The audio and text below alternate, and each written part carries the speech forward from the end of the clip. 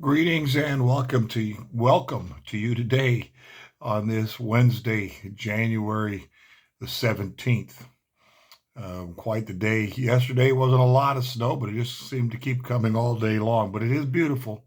You got to admit it when it's left untouched and all that good stuff. But it is beautiful. Today's devotion's entitled "The Religious Hearings of Jesus." And again, Matthew, Mark, Luke, John, they all touch on some aspect. There may be differing ones, but they all touch on some aspect of the post-arrest trials that Jesus went through. The quoted verses for today are Mark 14, 61 and 62. Again, the high priest asked him, "Are you the Messiah, the Son of the Blessed One?" "I am," said Jesus. I can just picture him saying it that calmly. "I am." You've asked, I've answered. The dissension between Jesus and the Jewish religious leaders of Jerusalem had been escalating all week. Now that they had arrested Jesus, they needed evidence. Sounds too familiar. Now that they had arrested Jesus, they needed evidence to support and take action on their charges. The pursuit of those charges takes us to the homes of Annas and Caiaphas. Rome had appointed these men as high priests. Annas was the former high priest who still had significant influence, and Caiaphas was the current high priest who chaired the Sanhedrin.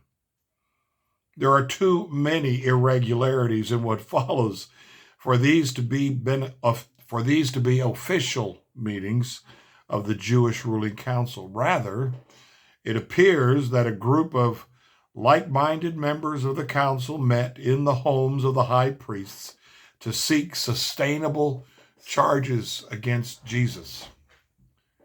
The locations were designed to intimidate.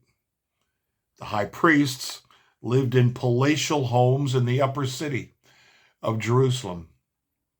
Archaeological discoveries in this area reveal large, more than 6,000 square feet, ornately decorated homes that distinguish those who lived there from just us old, plain, ordinary folks. It's unlikely Jesus had ever been in such a home, at least on earth.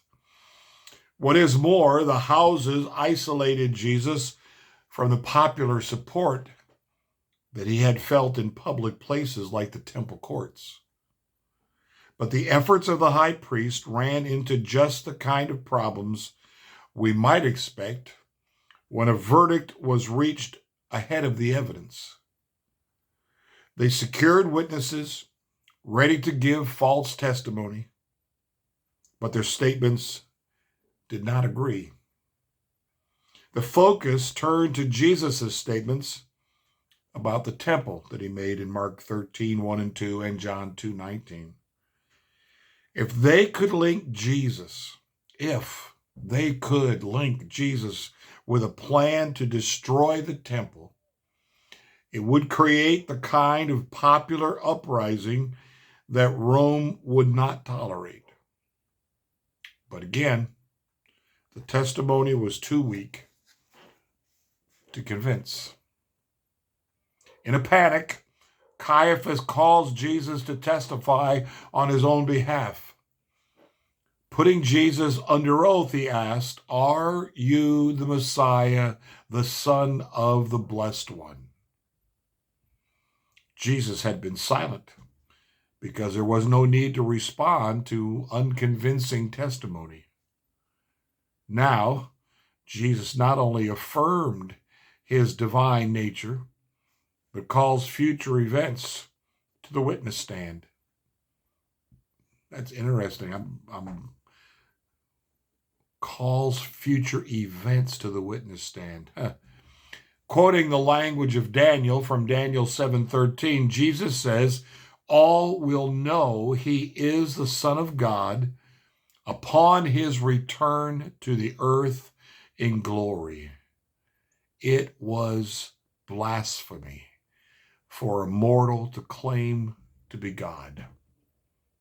And with that, Jesus saved the flagging hearing, giving them the evidence they needed to pronounce him guilty with the truth. This is really detailed, quite interesting. It's like a chess game. One side thinks they've got the other side checkmated until the other side makes their move, and they find out, oops, he has us, we don't have him. But Jesus gives them, in their minds, he gives to them the witness they need to find him guilty. He's guilty of blasphemy. They had been charging him, saying he was going to destroy the temple and in 3 days raise it up, not realizing he had been talking about his own death and resurrection. He's the temple. They took it as literal and got it all wrong. It's almost like Jesus says, holy cow, can't these guys do anything except shoot themselves in the foot? Okay, here you go. Here's a good one. And he lets them hear him quote prophecy about the Messiah, and he says it about himself. The Son of Man. That was the terminology that Daniel used as he gave this prophecy in Daniel 7:13. Jesus over and over again refers to him in that way, himself in that way. The Son of Man must do this. The Son of Man must be there, that kind of thing. It's not the Son of Man's time yet. Over and over he used that phrase for himself, alluding back to Daniel's prophecy. It would seem that the religious leaders of the time were missing this most obvious clue that they could have used most easily to get him charged. It still was an issue, though, because they were under Roman rule. They did not have the power to crucify somebody on their own. They did not have the power to bring forth a death charge against someone. And so they had to paint that picture a little bigger, telling Pilate, telling Herod that this man is dangerous. He is going to cause revolution, which means Rome will not be happy, which means they will come and you'll lose your jobs and we'll lose ours. Let's work together on this. And that's what they do. And indeed, the Father and the Son will get their plans carried out. Our God is an awesome God. Our God is in control. Our God can and does use everything that man intends for evil. This is what Joseph told his brothers. You intended it for evil, but God's used it for good. That's the power of our God. That's the God in the details of our lives, of history, of all of history. God in the details, bringing about what he has declared it's going to be. Our faith should never falter or question who he is or what he can do, what he has done in our lives, what he will do in our lives. What he has promised is going to happen, is going to happen. And so there's no need to be afraid of the headlines.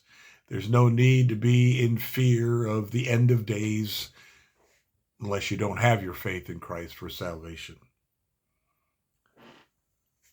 Final days of Jesus here in Jerusalem, on trial before mere mortals that were woven in their mother's wombs, and before they ever lived out one day, God knew all about them, their lives, their choices, all of those things. And here stands the Son of God. in front of them. And they don't, sadly, I shouldn't laugh. Sadly, they don't have a clue. And it's the same for so many down through history. Blessings to you today. Fix your eyes on the Lord and never take them off.